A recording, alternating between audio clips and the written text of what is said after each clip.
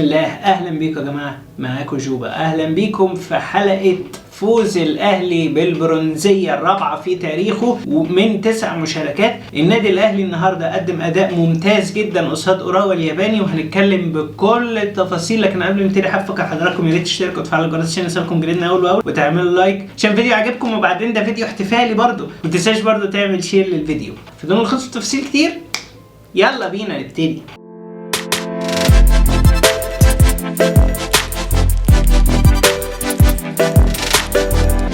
في البداية الأهلي بال4-3-3 كانت تشكيلة متوازنة جدا بأداء ممتاز. هنتكلم إن الشناوي في حراسة المرمى لا بديل له لو هو في مستواه. هنتكلم يعني في نقطة إن الشناوي فورمته فعلا حارس منتخب مصر يلعب في أوروبا مرتاح. محمد هاني باك يمين. النهارده محمد هاني كان أداؤه يعني إلى حد ما. هنتكلم على كل لاعب بالتفصيل. عبد المنعم هو وياسر إبراهيم قلوب دفاع، علي معلول باك شمال، مروان عطية وكوكا وإمام عاشور خط وسط، بيرسي تاو وكهربا وحسين الشحات هم الثلاثة اللي قدام في الهجوم. الأهلي قدم شوط أول ممتاز، عرف يمسك فيه الكورة. الفريق الياباني من الآخر كان خايف. الفريق الياباني كان متحفظ وخايف ومش واقف على رجله وركبه بتخبط في بعضها قصاد النادي الاهلي. النادي الاهلي النهارده كشف ان هو يقدر يلعب النهائي مرتاح بالاداء الممتاز اللي لعبه في الشوط الاول. 25 دقيقه من نار شوطه الحارس صدها، اتردت خلاص وصلت لياسر ابراهيم. ياسر ابراهيم بيحطها قصاد المرمى الفاضي تماما وكان مغطي الاوفسايد. يعني الاهلي متدرب كويس، دي حاجه تحسب لمارسيل كولر. نيجي بقى للهدف الثاني. بيرسي تاو وجمال وروعة بيرسي تاو اللي بيحط في المقص قذيفة. هو ده اللي انا عايزه من بيرسي تاو على طول، انه ما يخافش الشوط من بره ال 18. انت احسن لاعب في افريقيا رسمي داخل القارة، يبقى لازم ان انت يبقى عندك الجراءة دي. والحقيقة بيرسي تاو ما اثرش النهارده خالص. لحد بقى فكرة ان احنا بنتكلم على الاخطاء الدفاعية المتكررة الخاصة بالكرات العرضية اللي هي سمة في المدافع المصري والعربي بشكل عام. الكرة العرضية دايما بتأثر عليك، الكرة العرضية دايما بتزعلك. كرة عرضية بتتنقل ما بين أدمغة اللعيبة اليابانية وبعدين بتترد للاعب كانتي الغيني اللي بيحط كرة على طول من الطاير هوب في الشناوي. الهدف الاول قلقنا بصراحه، استنيت ان الاهلي يبقى له رد فعل. للاسف في الشوط الثاني الفرقه اللي بتلعب 45 دقيقه اللي هي اوراوا الياباني، اوراوا النهارده دايما بيلعب 45 دقيقه، ده اللي احنا شفناه منه. 45 دقيقه اسطوريه قصاد مانشستر سيتي، عرف يحد من خطورته في الشوط الاول. الشوط الثاني اتبهدل. الاهلي هو لعب عليه 45 دقيقه بس شامله الشوط الاول والشوط الثاني، ما عرفش يقف قصاد الاهلي 90 دقيقه. فضل ماسك في الشوط الثاني من بدايته كوره على النادي الاهلي، بيتنقل الكرات بشكل هايل، باص من رجل لرجل، بينقل من الاطراف اليمين للشمال، وسط غياب تام من لعيبه النادي الاهلي. لعيبه النادي الاهلي عملوا اداء جوزيه مورينيو نادي روما بالظبط، ان هو عمل اتوبيس دفاعي ودافع بال10 لاعبين تقريبا، صفين دفاعي مش واخد عليهم مع النادي الاهلي الحقيقه. لكن برضو بالاخطاء الدفاعيه. هاني هاندبول صحيح 100%، خطا ما يقعش منك يا هاني خالص. هاني مش شاب صغير يا جماعه وهنقول ناشئ، ويعني هو بيتعامل انه ناشئ بقاله بتاع 5-6 سنين، لكن هو مش ناشئ ولا حاجه. مش دي الاخطاء اللي يقع فيها هاني. ضربه جزاء اللاعب شوتز احرزها بشكل اكتر من هايل على حساب الشناوي، يعني تقدر تقول كده هو شمس فيها الشناوي. لكن بعد الهدف الثاني المفروض كان لاعيبه الاهلي تفوق، وده اللي حصل. ان اللعيبه لا احنا جايين عشان ناخد الميداليه البرونزيه، وده افضل شكل ممكن انت تتفرج منه على النادي الاهلي. النادي الاهلي عرف ينقل الكره ما بين الاطراف ويتوغل من العمق، واعتمد على الاداءات الفرديه الخاصه بامام عاشور اللي النهارده كان خط وسط مدافع وصانع العاب في نفس الوقت، ورقم 10 كان اداء اكتر من ممتاز، كان بيدافع بشكل اكتر من هايل وكان بيرمي الكرات العرضيه اكتر من هايل. وشفنا بالهدف الثالث الكوره اللي هو مسكها ووصل لحد ال 18 بمجهود فردي اكتر من رائع، ولعب عرضيه لعلي معلول. علي معلول ما ترددش وشاط كوره هي خدمت الاهلي بشكل كبير الحقيقه، ان هي خبطت في مدافع الياباني ودخلت جول فغيرت مسارها. غير كده النادي الاهلي لا قدم اداء اكتر من ممتاز، واحرازه الهدف الثالث دي كانت نقطه تحول للنادي الاهلي، ان هو يعرف يمسك كوره ويعرف يلعب كورته اللي احنا بنحبها. بس تاتي ضربه الجزاء هنا حصل لخبطه مع النادي الاهلي. ضربه الجزاء يا جماعه من الاخر كده لما يبقى امام عاشور هو اللي هيلعبها وخلاص هو اللي واقف عليها، ما يروحش يسلمها لعلي معلول. عارف نقطه الاحترام ما بين لعيبه الاهلي دي اكيده، لكن علي معلول اكيد اتحفظ. يعني علي معلول هي زاويته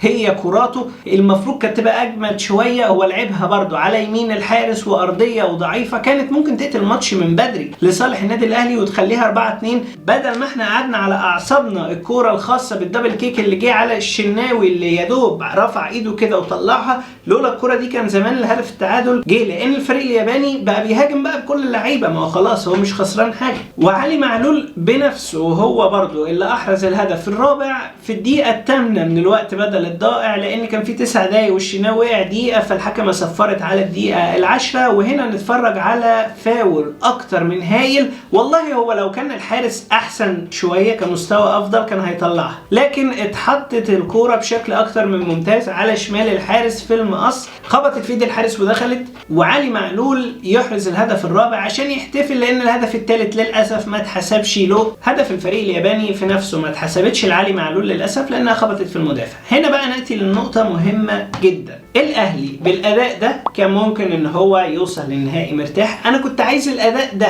نفس الاداء اللي كان قصاد نادي الاتحاد السعودي كان يبقى قصاد فلومينس البرازيلي، كان زماننا دلوقتي بنلعب النهائي، لان دي اخر بطوله، اخر فرصه للنادي الاهلي ان هو يوصل للنهائي بطوله كاس العالم للانديه، انه ياخد يا سيدي على الاقل الفضيه. طبعا الاهلي بيسعى البطوله، والسنه دي الاهلي كان رايح على البطوله، مستغل فيها ان مانشستر سيتي مش في احسن احواله، وان فلومينسي فرقه على الورق فيها كبار سن كبير ومعاشات، والمفروض ان الاهلي كان يصعد. لكن الاهلي اتفاجئ ان الكره اللاتينيه لسه متفوقه على الكره العربيه والافريقيه عموما، لانهم بيتنقلوا الكره بشكل يعني خرافي. ادينا شفنا حتى اللعيبه كمان بتنظم جهدها بشكل مميز، ولاعيبه منظمه جدا لعيبه فلومينسي. بس الاهلي بالاداء اللي لعبه النهارده كان يعرف ان هو يكسب الماتش ده، وكان زماننا دلوقتي بنتفرج على الماتش قصاد مانشستر سيتي في نهائي كاس العالم للانديه، لكن قدر الله ما شاء فعل.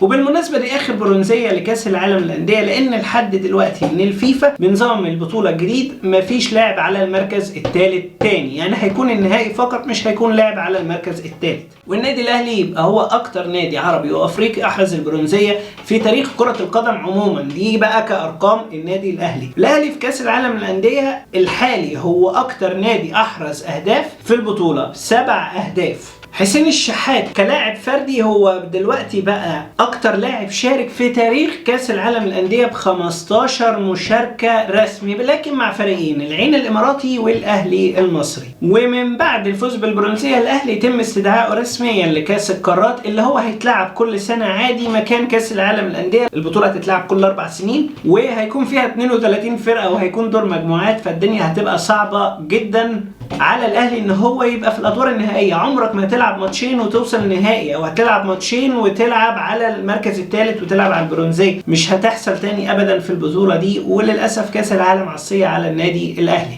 لكن في كاس القارات انت برضو عندك نفس النظام القديم تقريبا، ويمكن كمان هو في صالح الانديه الاوروبيه اكتر، لان لحد دلوقتي كاس القارات هيكون الفريق الاوروبي فيه هيلعب النهائي على طول، يعني هيلعب ماتش واحد، لكن لسه الموضوع قيد النقاش، بس مش مهم. يعني النادي الاهلي هيسد في اي بطوله وكده، بما انه بقى ثالث العالم وهو بطل دوري ابطال افريقيا، فهيتم استدعائه لكاس القارات ده رسمي ان شاء الله. الاهلي اكتر فريق عربي وافريقي شارك في بطوله كاس العالم للانديه. كنت اتمنى من ال9 مشاركات بدل يبقى فيها 4 برونزيه كانت تبقى 3 برونزيه واحده فضيه على الاقل، لكن قدر الله ما شاء فعل. الاهلي شرف العرب، شرف افريقيا، شرف اسيا كمان، لان اسيا زي ما انت شايف ما فيهاش انديه يعني. تعال نتكلم سريعا على لعيبه النادي الاهلي. الشناوي اداء اكتر من ممتاز، اديله النهارده 9 من 10، ولولا الشناوي كانت النتيجه هتبقى مش في صالحنا وكنا ممكن نطلع مركز رابع. محمد هاني من بعد الهاندبول اللي هو تسبب فيها للاسف خرج بره الماتش تماما، الا انه كان مقدم اداء متوسط وفوق المتوسط كمان، وكان في الالتحامات كويس جدا.